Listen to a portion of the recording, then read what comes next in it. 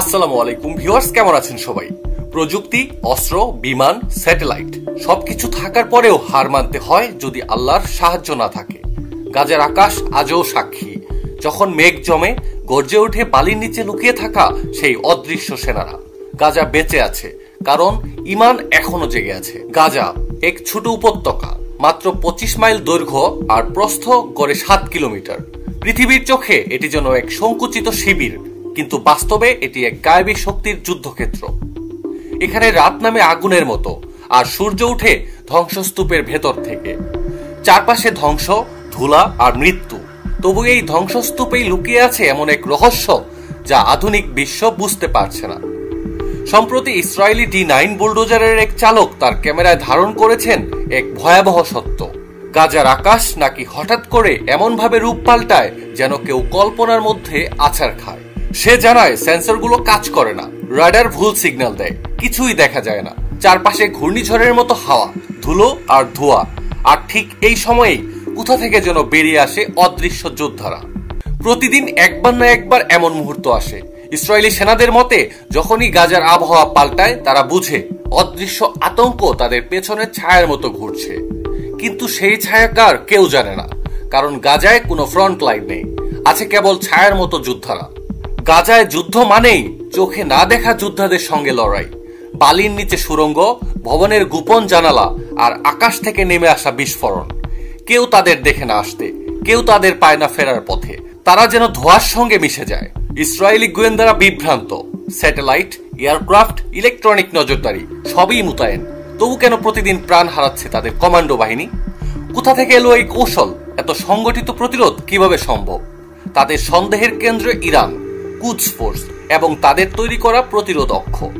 Syria, Lebanon, Yemen, Iraq সবখানেই তারা যুদ্ধের প্রশিক্ষণ দিয়েছে। আর সেই অভিজ্ঞতাই আজ গাজায় ঢুকিয়ে দিয়েছে এক অদৃশ্য শক্তি।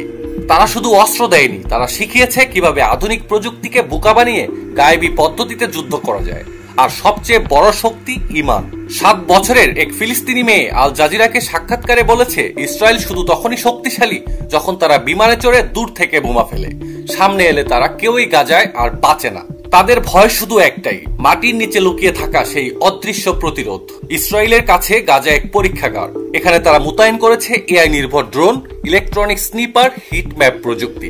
তবু প্রতিদিনই বোকা ভেড়ার মতো কমান্ডো হারাচ্ছে তারা। কেন? তারা বুঝে গেছে প্রযুক্তির চেয়ে বড় কিছু আছে এখানে। সেই কিছুটা ঈমান, কিছুটা দোয়া, আর বাকিটা অদৃশ্য শক্তির সাহায্য। একটি ব্রিটিশ সামরিক বিশ্লেষক বলেছে, গাজা এখন গোয়েন্দা প্রযুক্তির জন্য ব্ল্যাক হোল হয়ে গেছে। ইরানের কুদস ফোর্স বহু বছর ধরে ফিলিস্তিনি গেরিলাদের গোপনে প্রশিক্ষণ দিয়ে আসছে। লেবাননের হিজবুল্লাহ, ইয়েমেনের হুতি, ইরাকের পিএমইউ এরা সবাই ইরান থেকে শিখেছে ছায়াযুদ্ধ। গাজার প্রতিরোধও সেই মডেল অনুসরণ করছে। বলা হয় ইরান শুধু অস্ত্র দেয় না, তারা শেখায় কিভাবে কোনো কিছু না থাকতেও যুদ্ধ করতে হয়। তখন মাটি, ভবনের ধ্বংসস্তূপ ও অন্ধকারই হয় সবচেয়ে বড় অস্ত্র। মুসলিম ইতিহাস বারবার দেখিয়েছে, যখন ঈমান দৃঢ় হয় তখন সহায়তা আসে অদৃশ্য জগৎ থেকে। বদরের যুদ্ধেও এমন হয়েছিল। আজ গাজায়ও যেন আমরা সেই ইতিহাসের পুনরাবৃত্তি দেখছি। প্রতিদিন আকাশ কালো হয়ে যায়, সেন্সর কাজ করা বন্ধ করে দেয়, তারপর ছায়া থেকে আক্রমণ। এটা কি শুধুই কৌশল, নাকি সত্যিই কেউ সাহায্য করছে? 2023-24 সালের মধ্যে ইসরায়েলি বাহিনী গাজায় যত বেশি প্রাণ হারিয়েছে তার বড় অংশই মুখোমুখি যুদ্ধে নয়, বরং গায়েবী কৌশলে। একজন ইসরায়েলি গোয়েন্দা বলেছে, আমরা শত্রুকে দেখতে পাই না, কিন্তু ওরা আমাদের দেখে, মারে এবং ধরে নিয়ে যায়।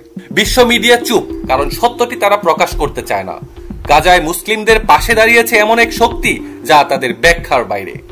এই ভিডিও শুধু গাজার গল্প না, এটা ঈমানের শক্তির প্রমাণ।